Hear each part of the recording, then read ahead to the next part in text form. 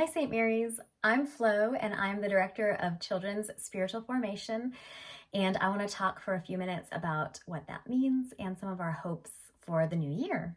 And this is not just for parents. If you are a grandparent or an aunt or an uncle or a friend to a child, if there's a child in your life, you have an important and special role in their life, and we want to support you. We believe in the dignity and innate spirituality of every child. We want our kids to know that they are deeply loved, that God desires to come close to them. Kids are kids, but they are humans first, just like you and me. And just like you and me, they have their own experiences and their own encounters with God, and they are even making their own memories of God right now. I wonder if you can remember the first time you heard about God. Probably you were taught or told something about God. Now, think before then. Think back maybe way before then. Is there a time you can remember when you experienced something good or beautiful or true or awe-inspiring? A time when you felt safe and loved and known?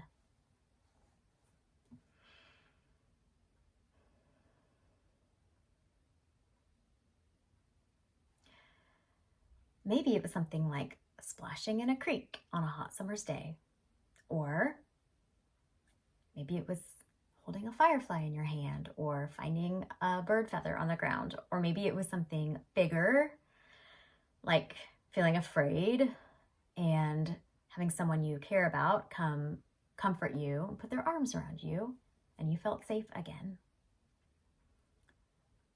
I wonder if there is a time you can remember before you had language for God when you experienced the goodness of God.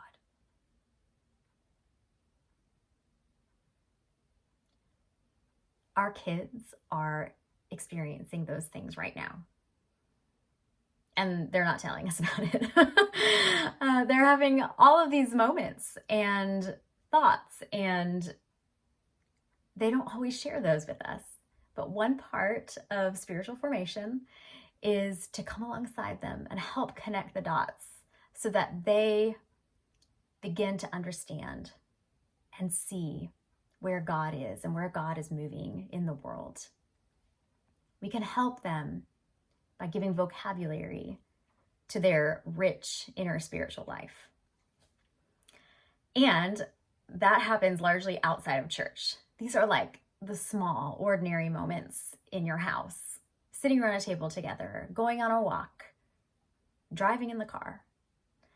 And I am excited to encourage and support you on your faith formation journey together. Another aspect of spiritual formation is telling and retelling the stories of God and God's people to each other. And we tell stories in children's worship using a curriculum called Godly Play. It's Montessori based. We tell a story of God. We look at these beautiful materials that come with the story. They're often wooden, and the kids can touch them and play with them. And we tell the story.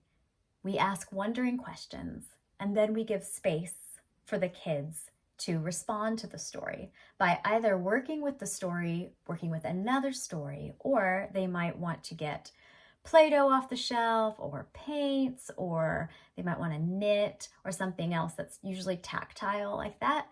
And a beautiful thing happens when adults get out of the way and restrain ourselves from telling a child what the lesson was supposed to mean.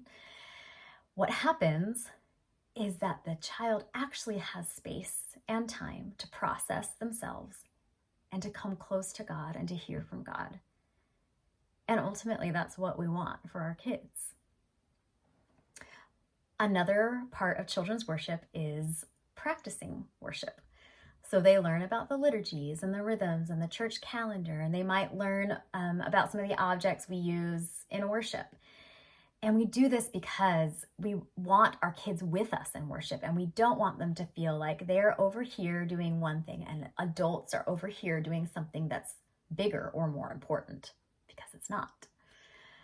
We want them to come be part of the congregation because St. Mary's is St. Mary's because of the children. Every person in our community makes it what it is.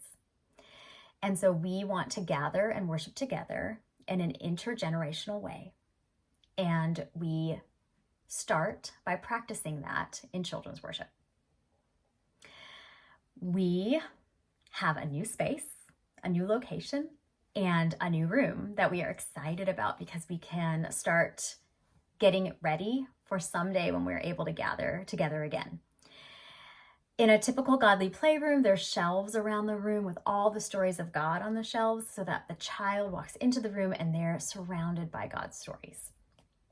We have budget for starting to get some of those stories. We have a lot of stories, but I think it would be wonderful if our community could be involved really directly in building this room for our kids. So I'm creating a wish list, and on that wish list there will be options for sponsoring items that go into the Godly Playroom, for ordering items that go into the Godly Playroom, or if you're crafty, for making some of those items.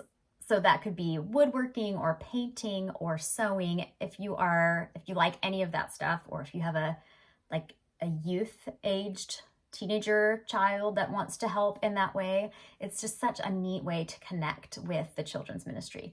So I will send out more information about that later. I also want to honor Katie Jo and Melinda for beginning such a good work in our children's ministry, for caring and loving our children so well, and for planting seeds that have already come back tenfold. It's beautiful, and I'm so thankful for their work. Jesus said that we must become like little children to enter the kingdom, and I have wondered what that means. I wonder if it could mean that children see the kingdom differently than we do, or if they see things we can't see. And it makes me think, what a unique and interesting ministry a child has. And what a unique opportunity it is to come alongside a child and get to know God together.